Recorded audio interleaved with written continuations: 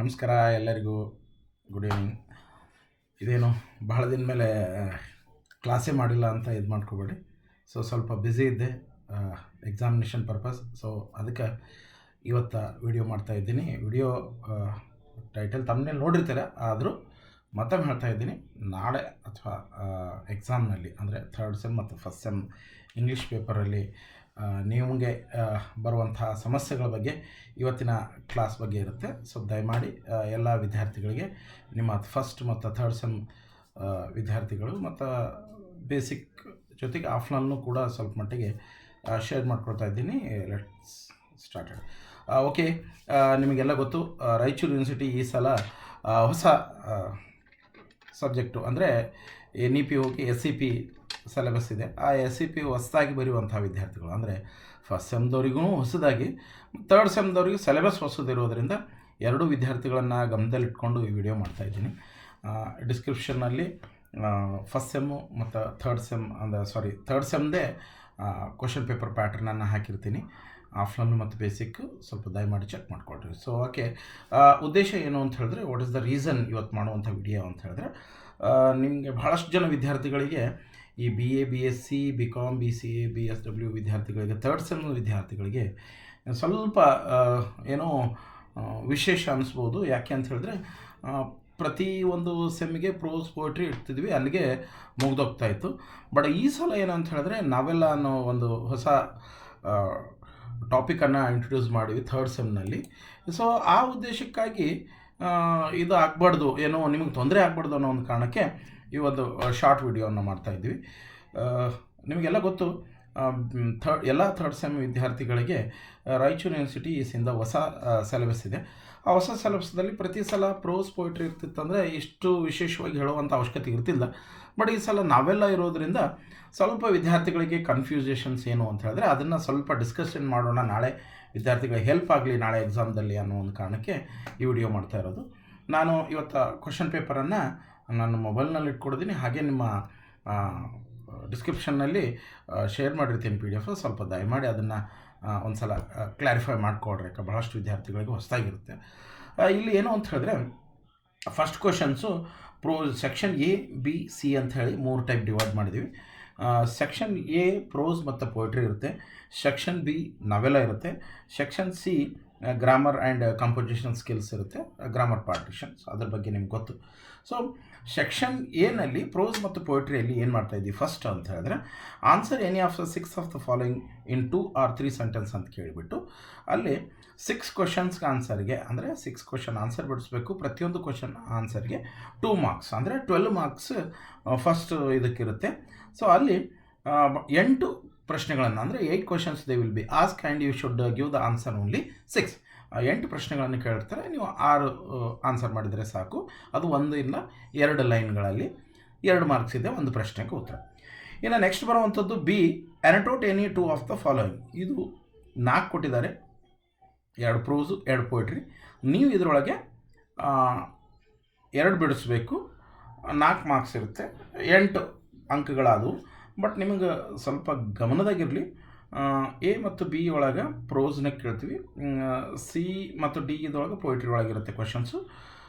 A ಮತ್ತು B ಪ್ರೋಸ್ನಾಗಿರುವಂಥ ಅನಟೋಷನ್ಸು 2ರಲ್ಲಿ 1 ಬಿಡಿಸ್ಬೇಕು, ಮತ್ತು C ಮತ್ತು D ಇದರಲ್ಲಿ ಯಾವುದಾದ್ರೂ 1 ಬಿಡಿಸಿದ್ರೆ ನಿಮಗೆ ಓಕೆ. ಯಾಕಂದರೆ ಅಲ್ಲಿ 6 ಅಂತ ಇರುತ್ತೆ, ಅಥವಾ ಮೇಲಿಂದಾದರೂ ಕೆಳಗಿಂದಾದರೂ ಪ್ರೋಸ್ನಲ್ಲಿ 1, ಪೋಯಿಟ್ರಿಲಿ 1. ಬಟ್ 2 ಆ್ಯನಟೋಟನ್ನು ಬರೀಬೇಕು. ಭಾಳಷ್ಟು ವಿದ್ಯಾರ್ಥಿಗಳಿಗೆ ಆ್ಯನಟೋಟ್ ಹೇಗೆ ಬರೀಬೇಕು ಅನ್ನೋದೇ ಗೊತ್ತಿಲ್ಲ.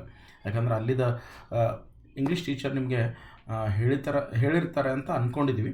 ಆ್ಯನಟೋಟ್ ಅಂದರೆ ಬೇರೆ ಏನೂ ಅಲ್ಲ, ನೀವು ಚಿಕ್ಕವರಿರುವಾಗ RC ಅಂತ ಬರೆದಿರ್ತಿರಲ್ಲ, ರೆಫರೆನ್ಸ್ ಟು ಕಾನ್ಸ್ಟೆಕ್ಟ್, ಅಥವಾ ಕನ್ನಡದಲ್ಲಿ ಸಂದರ್ಭ ಸ್ಪಷ್ಟೀಕರಣ, ಅದೇ ರೀತಿ ಇರುತ್ತೆ. ಆ್ಯನಟೋಷನ್ಸ್ ಅಂದರೆ we have observe the how much student have a skill regarding the lesson or poetry.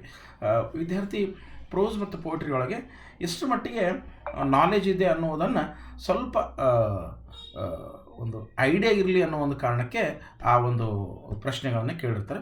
ಭಾಳಷ್ಟು ವಿದ್ಯಾರ್ಥಿಗಳು ಇಲ್ಲಿ ಭಾಳ ಜನ ತಪ್ಪು ಮಾಡ್ತಾರೆ. ಕ್ಲಾಸ್ ರೂಮ್ಗಳಲ್ಲಿ ಹೇಳ್ತೀವಿ, ಆ್ಯನಟೋಷನ್ಸ್ ಬರೆಯುವಂಥ ಸಂದರ್ಭದಲ್ಲಿ ಪ್ರಶ್ನೆಗೆ ಉತ್ತರ ಅಂದರೆ ಪ್ರಶ್ನೆಗೆ ಉತ್ತರ ಅಂತ ಹೇಳಿ, ಆ್ಯನಟೋಷನ್ಸ್ ಅಂತ ಹೇಳಿದ್ರೆ ಸಂದರ್ಭ ಟೈಪ್ ಕ್ವಶನ್ಸು, ಯಾರು ಯಾರಿಗೆ ಹೇಳಿದ್ರೆ ಯಾವ ಸಂದರ್ಭದಾಗ ಅನ್ನೋವಂಥ ಅರ್ಥದಲ್ಲಿ, ಯಾವ ಲೆಸನ್ದಲ್ಲಿ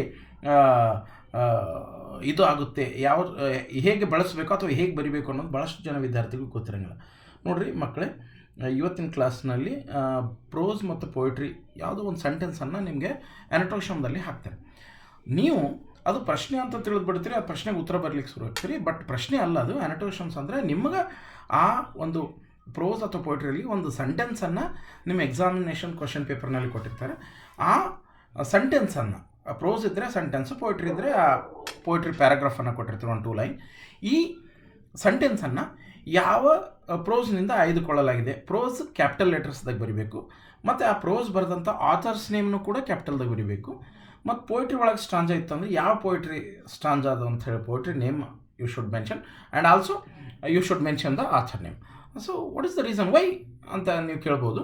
the reason is that the particularly which lessons or which who the write the lesson or poetry, you should mention the name of the author and the poem, the poet's name. ಇಲ್ಲಿ author ಪ್ರೋಸ್ನಾಗ ಬರೆದಿದ್ರೆ ಪ್ರೋಸ್ನ author ಹೆಸರು ಬರೀಬೇಕು, poetry ಬರೆದ್ರೆ poetry ಅವರ author ಹೆಸರು ಬರೀಬೇಕು. ಮತ್ತು ಜೊತೆಗೆ which lesson or which poetry, ಯಾವ ಲೆಸನ್ದಿದೆ ಮತ್ತು ಯಾವ ಪೊಯಿಟ್ರಿದಿದೆ ಅನ್ನೋದನ್ನು ಕನ್ಫರ್ಮ್ ಮಾಡಿಕೊಂಡು ನೀವು ಅದನ್ನು ಸ್ವಲ್ಪ ಬರಿಬೇಕು. ಸ್ವಲ್ಪ ನೆನ್ಪಿಟ್ಕೊಳ್ರಿ, ಲೆಸನ್ ನೇಮ್ ಮತ್ತು author name, poem author name compulsory ಕ್ಯಾಪಿಟಲ್ದಲ್ಲೇ ಬರೀಬೇಕು ಅಂತ ಹೇಳಿ ನಾವು 100 ಸಲ ಹೇಳ್ತೀವಿ. ಪ್ರತಿಯೊಂದು ವಿದ್ಯಾರ್ಥಿಗಳು ಪ್ರಶ್ನೆ ಕೇಳ್ತೀವಿ, ಸರ್ ಕ್ಯಾಪಿಟಲ್ದಲ್ಲಿ ಯಾಕೆ ಬರೀಬೇಕು, what is the reason, why should we write block letters or capital letters ಅಂದರೆ ಅರ್ಥ. ಇಲ್ಲಿ ಕ್ಯಾಪಿಟಲ್ ಲೆಟರ್ಸ್ ಬರೆಯೋದರಿಂದ lesson name, author name or poem name, poem author names, ಇದು ಕ್ಯಾಪಿಟಲ್ ಲೆಟರ್ಸ್ ಬರೆಯೋದರಿಂದ ವ್ಯಾಲ್ಯೂಯೇಟ್ ಮಾಡೋರಿಗೆ, ವಿದ್ಯಾರ್ಥಿಗಳಿಗೆ ಎಷ್ಟು ಚೆನ್ನಾಗಿ ಅಕ್ಯುರೇಟಾಗಿ ನೆನಪಿದೆ ಮತ್ತು ಹೈಲೈಟ್ ಮಾಡಿ. ನೀವು ಯಾರಾದರೂ ಇಂಪಾರ್ಟೆಂಟ್ ಇದ್ದರೆ ಮೊದಲು ಕ್ಲಾಸ್ಗಳಲ್ಲಿ ಅಂಡರ್ಲೈನ್ ಮಾಡ್ತೀರಿ, ಅಂದರೆ ಇಂಪಾರ್ಟೆಂಟ್ ಇದೆ ಅಂತ. ಅದೇ ರೀತಿ ಇಲ್ಲಿ ಕ್ಯಾಪಿಟಲ್ ಬರೆದ್ರೆ ಏನಾಗುತ್ತೆ, ವ್ಯಾಲ್ಯೂಯೇಷನ್ ಮಾಡೋರಿಗೆ ನೀವು ಯಾವ ಲೆಸನ್ನು ಯಾವ ಪೋಯಮ್ನಿಂದ ಕರೆಕ್ಟಾಗಿ ಬರ್ದಿರಿ ಅನ್ನೋದನ್ನು ಅದು ಐಡಿಯಾ ಸಿಗುತ್ತೆ, ಹೈಲೈಟು ಮಾಡಿದಂಗೆ ಆಗುತ್ತೆ. ಸೊ ಅದಕ್ಕೆ ನೆನ್ಪಿಟ್ಕೊಳ್ರಿ, ಆ್ಯನಟೇಷನ್ಸ್ ಟೈಮ್ನಾಗ ಲೆಸನ್ ನೇಮ್ ಮತ್ತು author name, poem author name ಕ್ಯಾಪಿಟಲ್ದಾಗ ಬರೀಬೇಕು. ಸ್ವಲ್ಪ ಡಿಸ್ಕ್ರಿಪ್ಷನ್ ಬರಬೇಕು, ಅಂದರೆ ಆ ಸಂದರ್ಭ ಏನು ಬಂತು ಆ ಸೆಂಟೆನ್ಸ್ದು ಅಥವಾ ಪೊಯಿಟ್ರಿ ಒಳಗೆ ಆ ಸ್ಟ್ರಾಂಜಾದ ಮೀನಿಂಗ್ ಸ್ವಲ್ಪ ಬರೆದ್ಬಿಟ್ರೆ ನಿಮಗೆ ಖಂಡಿತವಾಗಿಯೂ 4 ಮಾರ್ಕ್ಸ್ ಸಿಗುತ್ತೆ. ಸ್ವಲ್ಪ ಇದ್ರ ಬಗ್ಗೆ ಮಾಹಿತಿ ಇರಲಿ ಅಂಥೇಳಿ ನಾನು ಇವತ್ತು ಹಂಚ್ಕೊಳ್ತಾ ಇದ್ದೀನಿ. ಜೊತೆಗೆ ಇದು ಬಿ ಆಯಿತು. ಇನ್ನು 3rd ಕ್ವಶನ್ಸ್ ಸೆಕ್ಷನ್ ಬಿ, ನಾವೆಲ್ಲ ಇದು 4 ಪ್ರಶ್ನೆಗಳನ್ನು ಕೇಳುವಂಥದ್ದು, 6 ಪ್ರಶ್ನೆಗಳನ್ನು ಕೇಳುವಂಥದ್ದು. ಇದರೊಳಗೆ 6 ಪ್ರಶ್ನೆಗಳಿಗೆ ಇಲ್ಲಿ ಕೇವಲ 4 ಪ್ರಶ್ನೆಗಳನ್ನು ಬಿಡಿಸುವಂಥದ್ದು. ಅವು ಒಂದೊಂದು 4 ಪ್ರಶ್ನೆಗೆ ಬಿಟ್ಟರೆ ಒಂದು ಪ್ರಶ್ನೆಗೆ 5 ಅಂಕ, 20 ಮಾರ್ಕ್ಸ್ ಅಂಕ ನಾವೆಲ್ಲಕ್ಕೆ ಕೊಟ್ಟಿದ್ದಾರೆ. ಸೊ ಇದು ಸ್ವಲ್ಪ ಗಮನದಲ್ಲಿರಲಿ, ಇದು ಹೊಸದಾಗುತ್ತೆ. ಸ್ವಲ್ಪ ಇದನ್ನು ನೋಡ್ಕೊಂಡು ಸಮರಿ ಬರೆದ್ರೆ ನಿಮ್ಮ ಒಂದು ಇದು ಆ ಕ್ವಶನ್ಸ್ಗೆ ಆನ್ಸರ್ ಮಾಡಿದರೆ ಅದು ಕರೆಕ್ಟ್ ಆಗುತ್ತೆ. ನಾವೆಲ್ಲ ಸಮರಿ ಸ್ವಲ್ಪ ನೆನಪಿರಬೇಕು ಅನ್ನೋದು ಒಂದು ಹೇಳಿಕೆ. ಮತ್ತು ಪ್ರೋಸ್ ಪೊಯಿಟ್ರಿದಾಗೂ ಕೂಡ 2 ಲೈನ್ಸ್ ಇದ್ದಾವೆ, ಅಷ್ಟರ ಮಟ್ಟಿಗೆ ಏನು ಇದು ಇಲ್ಲ. ನಾವೆಲ್ಲದೇ ಸ್ವಲ್ಪ ಸಮರಿಯನ್ನು ಚೆನ್ನಾಗಿ ನೋಡ್ಕೊಂಡಿರಿ ಅನ್ನೋ ಒಂದು ಸಜೆಷನ್ ನಾನು ನಿಮ್ಗೆ ಕೊಡ್ತಾ ಇದ್ದೀನಿ. ಇನ್ನು 3ನೇ ಸೆಕ್ಷನ್ ಬಂದು ಗ್ರಾಮರ್ ಆ್ಯಂಡ್ ಕಂಪೋಸಿಷನ್ ಸ್ಕಿಲ್ಸ್. ಇದು ಗ್ರಾಮರ್ ನೀವು ಆಲ್ರೆಡಿ 3rd ಸೆಮ್ನಲ್ಲಿ ಬುಕ್ಕಿನ ಹಿಂದುಗಡೆನೆ, ಅಂದರೆ ರೀಡರ್ ಹಿಂದುಗಡೆನೆ ಪಾರ್ಟನ್ನು ಸೇರಿಸ್ಬಿಟ್ಟು ವರ್ಕ್ ಬುಕ್ಕನ್ನು ಅದರಾಗೆ ಸೇರಿಸಿದ್ದೀವಿ.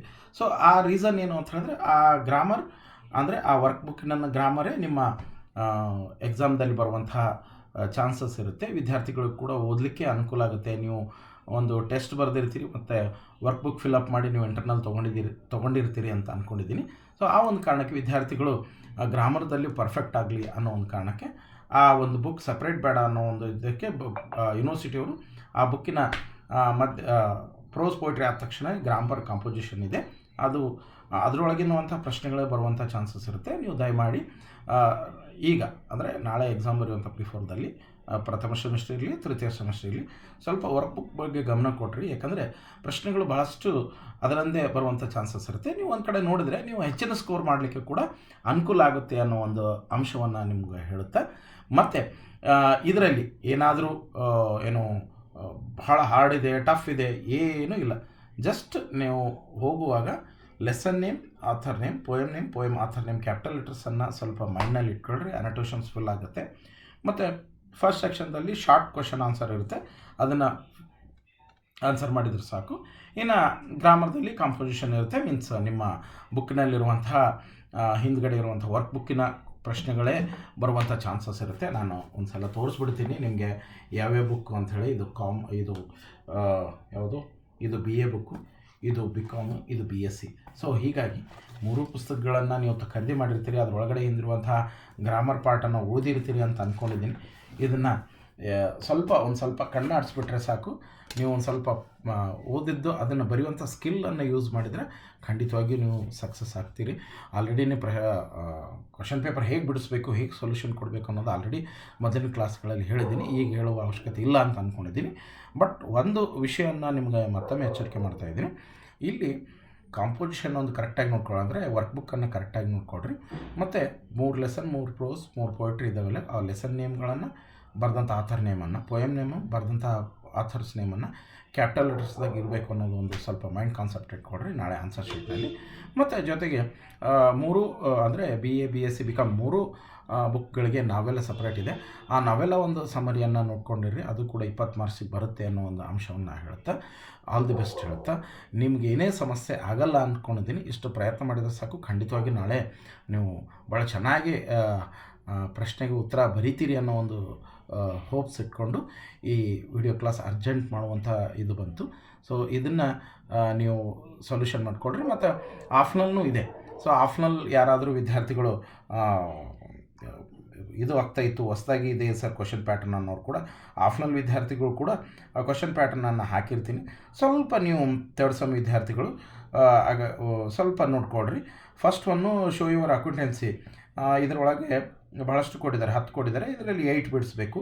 Second, write an essay type answer for any 2 of the following. 3 ಕೊಟ್ಟಿದ್ದಾರೆ, 2 ಬಿಡಿಸ್ರಿ. ಅಲ್ಲಿ ಯೂನಿಟ್ಸ್ ಕೂಡ ಡಿವೈಡ್ ಮಾಡಿದ್ದಾರೆ. ಅದು ಸೆಕೆಂಡ್ ಯೂನಿಟು. ಇದು write essay 3rd unit. Third question, write essay type answer for any 2 of the following. Unit number 4ನಲ್ಲಿ choice ಮಾಡಿದ್ದಾರೆ. ಮತ್ತು question number 4ನಲ್ಲಿ write essay type answer of the any 2 of the following. ಇದ್ರಾಗ 3 ಕೊಟ್ಟಿದ್ದಾರೆ. ಮತ್ತು unit number 5ನಲ್ಲಿ ಅದ್ರಾಗ 2 ಬಿಡಿಸ್ಬೇಕು. ಮತ್ತು question number 5, right short notes for any 4 of the following. ಇಲ್ಲಿ 6 ಕೊಟ್ಟಿದ್ದಾರೆ, 4ನ್ನು ಬಿಡಿಸ್ಬೇಕು. ಅದು ಬ್ಯಾಕ್ಗ್ರೌಂಡ್ ಟಾಪಿಕ್ ಟೈಟಲ್ ಫಾರ್ ಅಂದರೆ ಆ ಒಂದು ಶಾರ್ಟ್ಸ್ ನೋಟ್ಸ್ ಅದ್ರ ಬಗ್ಗೆ ಇರಬೇಕು. ಇದು ಯೂನಿಟ್ ನಂಬರ್ 1 ಮೇಲೆ ಇರುತ್ತೆ.